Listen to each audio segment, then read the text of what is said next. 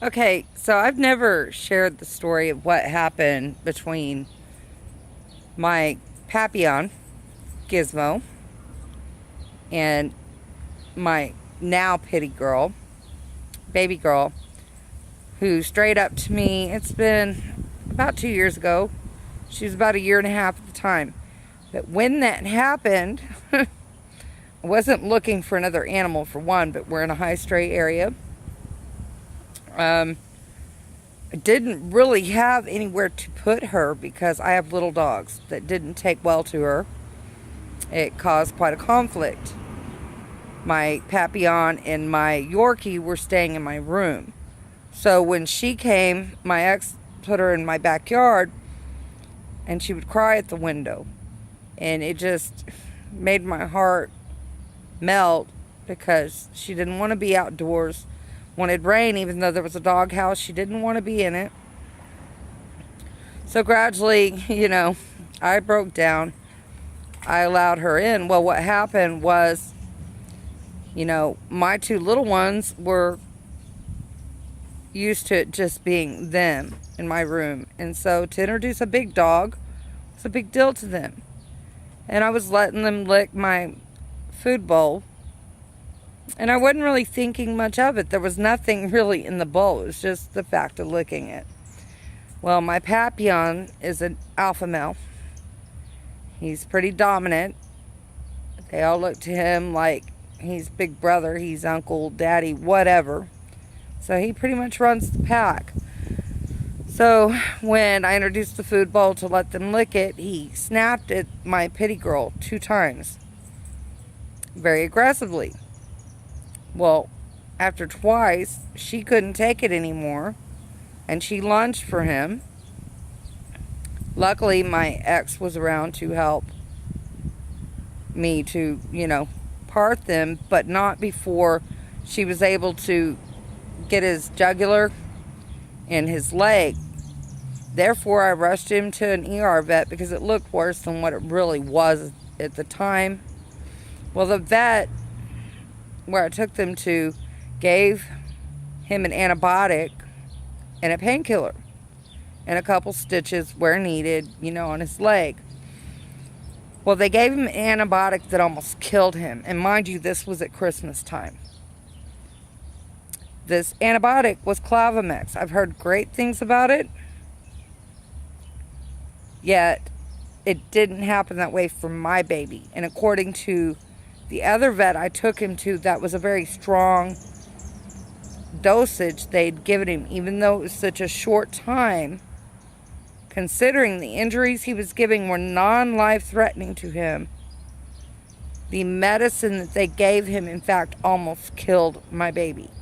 For a week during Christmas, it's been about 2 years ago now, I nursed him back to health. Got him off the antibiotic. He got fluids. She gave him, the next vet I took him to gave him, oh gosh, I forget the name of the shot now. But it was to reverse what the medication had done to him. And it was pretty much praying for the best outcome at the time because I didn't have the amount of money in order for him to stay overnight and receive the care that, was probably most detrimental to him at the time. I didn't have the means in which to pay for that. So she hydrated him, gave him I think it was a episteroid or something to reverse what had been, done by the medication. And with that said, he came home. I nursed him back to health. It took a good week. And he was my Christmas miracle. And so anytime I show videos of my pit bull girl and my papillon getting along together, it's a big deal. Because once I learned to step out of the way and not, subject my fears and concerns into them getting along, they get along so much better every time that I allow it to happen and step aside from my fears. And the reason I'm posting this right now is because as we speak, they're sitting here in the yard together and they're doing just fine. And there's a few on Facebook that know Gizmo's story. It's miraculous in itself. If we learn to step back and we don't overlay fear into the picture and just let animals be, they can work it out. Trust me, Gizmo and Baby Girl are a perfect example of how well they can work it out. You know, it wasn't really either of their faults. And I've now had her almost 2 years. I do keep them separate, but that's only because I have so many little ones. Well, not me personally. I've got 2 little ones. But my daughter also has hers, and my ex brings his 2 around. So, and they're Yorkie poos. So they're all a small bunch, and they don't much like big dogs. They're intimidated. But they're learning bounds, and they're learning how to get along together without fighting. You just have to be careful not to instill and overlap your fears and concerns onto what they do, and all will be well. I promise.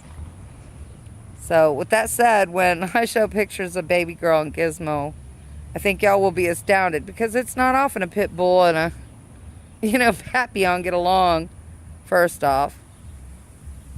But, another thing is, too, is pit bulls get such a bad rap for what people put out there. But it's people that make animals bad. By fighting them, by being ugly to them while they're strays. Other people make animals mean.